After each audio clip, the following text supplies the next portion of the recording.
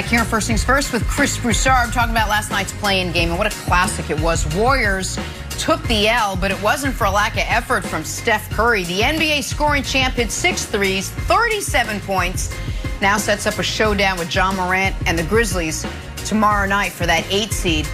So Broussard, what did last night's loss say about Steph and the Dubs? Well, man, look. And with all due respect to Memphis, I love Ja Morant, but man, they better win.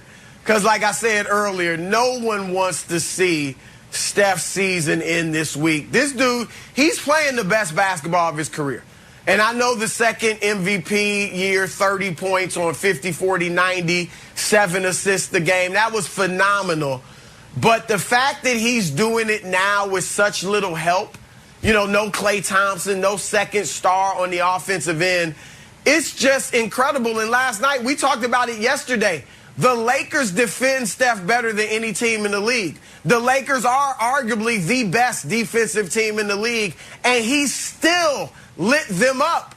With all due respect to LeBron, Steph was the best player on the court last night. And so he is just playing phenomenal basketball. And like I said about the Lakers, they're more vulnerable than I thought. The Warriors are more dangerous than I thought. If they survive Memphis and get Utah, you know, it's hard not to pick Utah, but I'm going to definitely give Golden State a very good chance of pulling off that upset because of Steph Curry. And then other guys are hitting shots. Jordan Poole. You guys laughed at me, I think it was last week, when I had the audacity to mention Jordan Poole favorably as maybe a weapon. I got chuckled at and giggled at and all that. Yep. He can hit threes. JTA. Taylor Horton-Tucker isn't the only one who can get a nickname. JTA. Juan Toscano Anderson. I like him.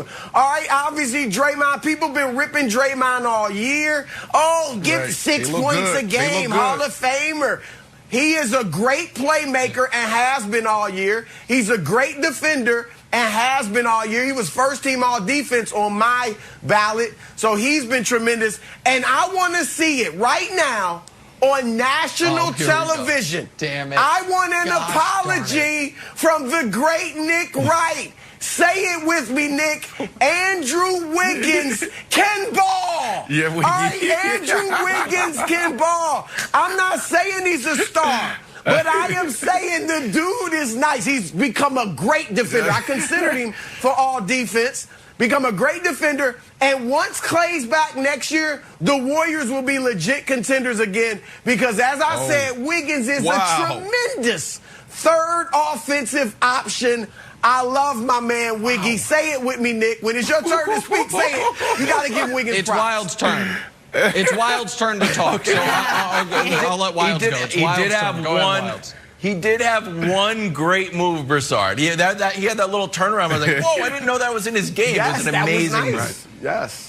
It was an amazing. We should cue it up because that was great. And I don't know if you're going for like a Canadian Mountie ship or something on how big you are on Andrew Wiggins, but you're doing a fantastic job for this campaign. Here's the problem. One problem with Steph.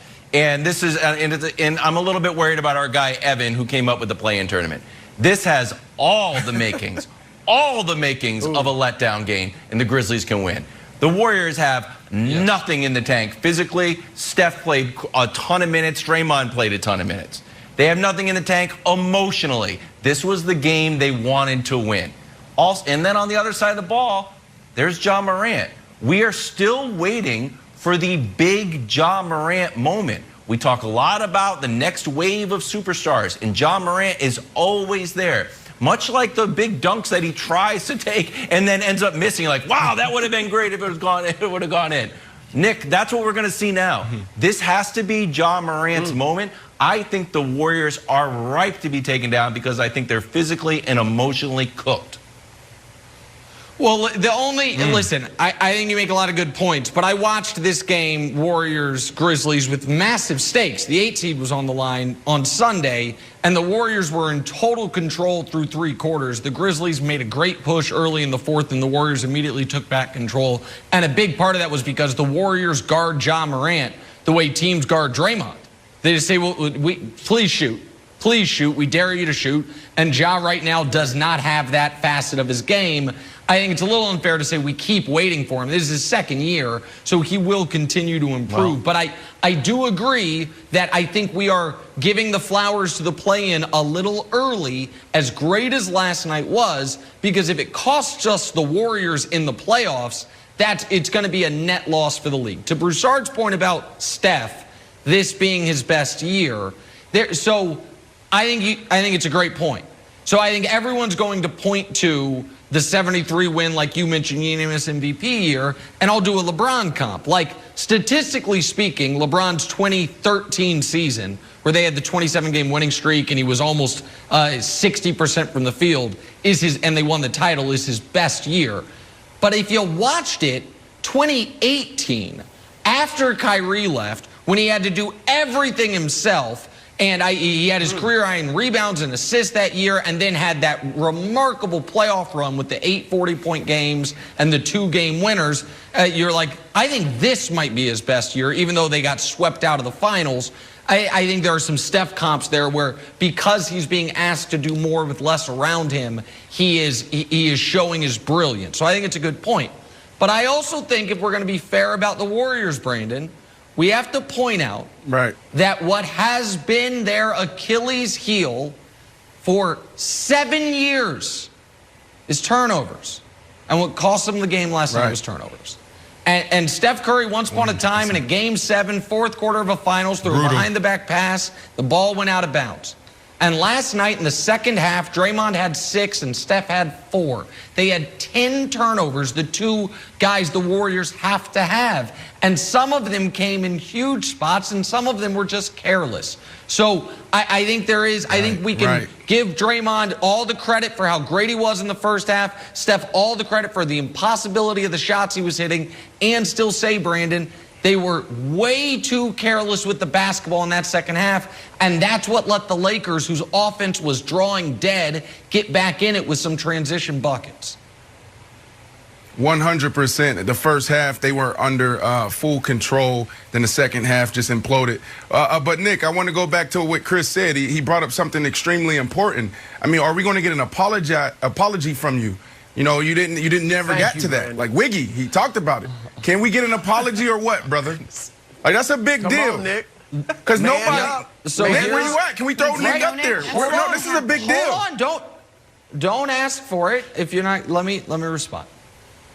When Andrew Wiggins was traded to the Golden State Warriors, I talked about what a terrible trade it was for Golden State, how it did not make sense for them, how that's not how they should have used the D'Angelo Russell asset, all of it. I remember that. I was clearly and obviously wrong. That asset they got back is the draft pick from Minnesota, is likely they're going to get it. And Wiggins this year, in a role I did not think he could do, he was efficient. He shot better than he's ever shot. He, once again, the one thing he always did was play every night. He did that again, and he improved as a defensive player. So I will, listen, Brandon likes to say, Nick, when you're right, I'm with you. When I'm wrong, I'm wrong. And I made fun of Broussard, but thankfully, yeah, go ahead. Yeah, please. Broussard is right. Broussard was right. Yeah, Broussard was right. I was wrong. Broussard was right. Listen, I was wrong. What's funny? I was wrong about. Listen, what's funny is at the open of the game, I was thinking about you, Chris. How did this game open? 2 minutes in, Wiggins blocks. He swats LeBron James' shot. Then he comes down and bangs a 3 in LeBron's face. Come on, man. I'm glad that you stood up and you did the right thing. You're a true man of integrity. Hats off to you, Nick. Thank you. Appreciate it. Thank you. Yes, bravo. Right. It's not easy to do what you just did. Likes to be called not the easy rest at all. of the day. Yes. We got some breaking football news to discuss. Tim Tebow is officially a Jacksonville Jaguar. Will he be an impact player for Jacksonville? That is next. First things first.